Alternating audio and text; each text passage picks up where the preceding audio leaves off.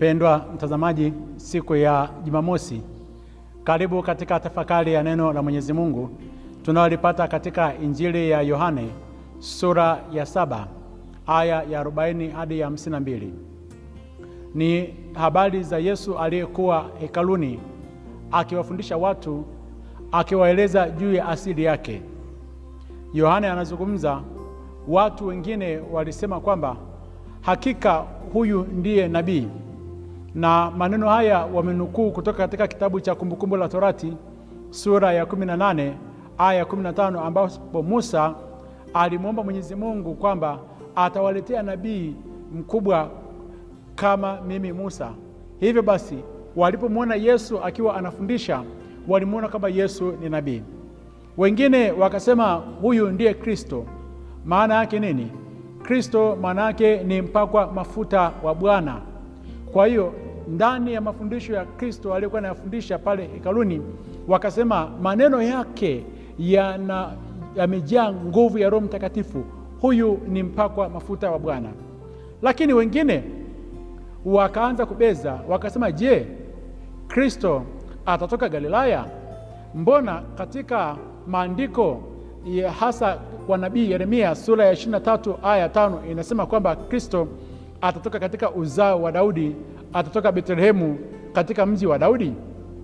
Kwa maneno hayo ukatokea utengano wao kwa wao juu ya asili ya Yesu Kristo, kwamba ametoka Galilaya au ametoka Betlehemu katika ule mji wa Daudi.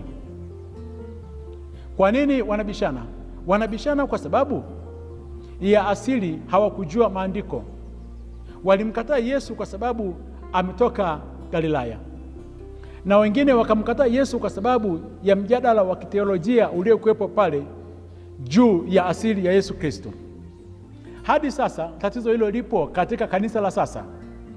Hadi katika nyakati zetu kuna watu wengi wamekataa kumwamini Kristo kwa sababu ya mijadala ya kiteolojia iliyopo. Je, nani yuko sahihi juu ya asili ya Kristo? Je, maandiko gani yako sahihi juu ya habari za Agano la Kale, kwamba je, Kaini mke aliyemwoa alimpata wapi? Kuna wengine wamekataa kuweza kupokea ukweli wa Kristo kwa sababu ya hilo. Kuna watu wanakataa kupokea ukweli juu ya Kristo kwa sababu ya mama yake Bikira Maria, wanakataa kumwamini Kristo kwa ajili ya hilo. Katika mambo hayo yote ambayo yanaweza kutokea katika imani mpaka inaleta mtengano kati ya Wakristo kwa Wakristo, leo tunajifunza kitu kimoja, kwamba katika habari za Kristo juu ya asili yake na juu ya ukweli wa mafundisho yake isije kutokea utengano, kwa sababu mgawanyiko huu haupaswi, kwani Yesu Kristo yeye ndio ukweli. Yesu Kristo yeye ndiye mwanga wa dunia hii. Mafundisho yake ambayo ameyaleta kwetu sisi lazima tuweze kumwamini na baadaye tuweze kuwa na uzima wa milele. Hata kama ni nani ambaye yuko sahihi na nani ambaye hayuko sahihi, tukifika hatua juu ya mafundisho ya Kristo na msalaba wake, ndugu zangu wapendwa, tushikane mkono, tuungane, tupendane kwa ajili ya fundisho hilo. Kwa nini?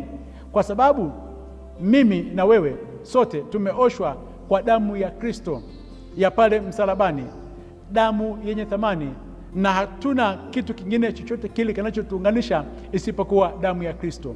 Kwa hiyo kwa habari ya msalaba na damu ya Kristo lazima wote tuweze kuwa wamoja. Vile vile pia lazima tuweze kuwa wamoja kwa sababu Kristo ndio tumaini letu. Yeye ametuunganisha, yaani wewe umeweka tumaini lako lote kwa Kristo na mimi pia nimeweka tumaini langu lote kwa Kristo. Mungu aliye juu ya yote, ambaye anatuunganisha kwamba baada ya maisha haya tunaenda kuunganika na yeye, kwa hali hiyo lazima tuweze kuungana. Basi wale ambao waliokuwa wakimsikiliza Yesu katika mafundisho yake wakataka wengine kuweza kumkamata, lakini wakaogopa kwa sababu wakati wake ulikuwa bado haujafika, wakaacha kumshika. Wakarudi kwa wale waliokuwa wamewatuma kwenda hekaluni kumfuatilia Yesu. Walipofika pale wakawaambia wale viongozi, mbona hamjamleta Yesu? Wakasema, hajawahi kuonekana mtu ambaye amejua kuweza kunena maneno kama huyu. Viongozi wale ambao walikuwa ni Mafarisayo wakasema, je, nanyi mmedanganyika? Ni nani kati ya wakuu anayemwamini au kati ya Mafarisayo? Lakini makutano hawa wasiofahamu Torati wamelaaniwa.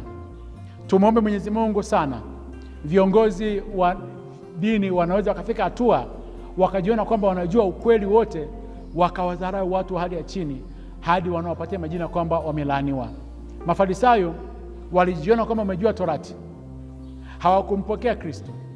Na hao watu wengine pia ambao walikuwa ni walinzi wao. Kumbuka pia walinzi wanakuwa hawana elimu kubwa sana. Wale walinzi walikuwa wamewatuma, wakafika pale, wakapokea neno la Kristo, hawakuweza kumshika, wakaambiwa wao wamelaaniwa. Viongozi wa dini wanakataa kumpokea Kristo, na wale waliompokea Kristo na mafundisho yake wanaambiwa kama wamelaaniwa. Mungu atusaidie katika nafasi hiyo, tuweze kuelewa ukweli na tuweze kuwa wanyenyekevu katika kuweza kumpokea Kristo na mafundisho yake. Katika hao Mafarisayo anaibuka Farisayo, kiongozi wao alikuwa anaitwa Nikodemu. Huyu zamani katika Injili ya Yohane sura ya 3 alimwendea Yesu nyakati za usiku kwa sababu alipenda mafundisho ya Kristo. Na hapa tunajifunza kwamba ingawa katika kundi fulani watu wanaweza kuonekana wao hawampendi Kristo, lakini kuna baadhi ya watu wanamjua Kristo ni nani. Kuna baadhi ya Mafarisayo walimjua Kristo ni nani, na ndio maana walikuwa wanamwendea Yesu kwa siri.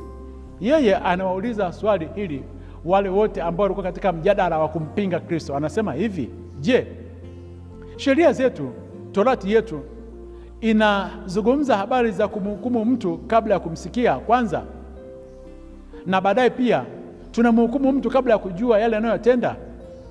Wakamgeuka yeye mwenyewe pia Nikodemo, kiongozi wao, wakasema, je, wewe nawe umetoka Galilaya? Tafuta ukaone kuwa kutoka Galilaya hakutokea nabii. Yesu anakataliwa kwa sababu alitokea Galilaya. Wanakataa ukweli. Hadi sasa kuna watu wanakataliwa kwa sababu ya maeneo waliotoka. Kama ni maeneo ambayo hayana imani sana, kuna watu wanamchanganyiko katika mambo ya ushirikina, katika mambo ya uzinzi, mambo ya usherati, katika mambo ya pombe, wanakataliwa kwa sababu ya maeneo ambayo wametoka. Jipe moyo mkuu. Yesu alikataliwa kwa sababu alikuwa ametoka Galilaya, kwa watu wenye hasira, kwa watu ambao ni wapagani, kwa watu wenye mapinduzi, na wao mwenyewe pia watakukataa kwa sababu ya hiyo. Lakini kama Yesu alikataliwa, na wao wenyewe pia watakataliwa. Kama Yesu baadaye wale wote waliosema kwamba ametoka Galilaya wakasema ni mwana wa Mungu, hakika na wao mwenyewe siku moja watakunenea mema. Akubariki na kulinda Mungu Mwenyezi, Baba na Mwana na Roho Mtakatifu. Amina.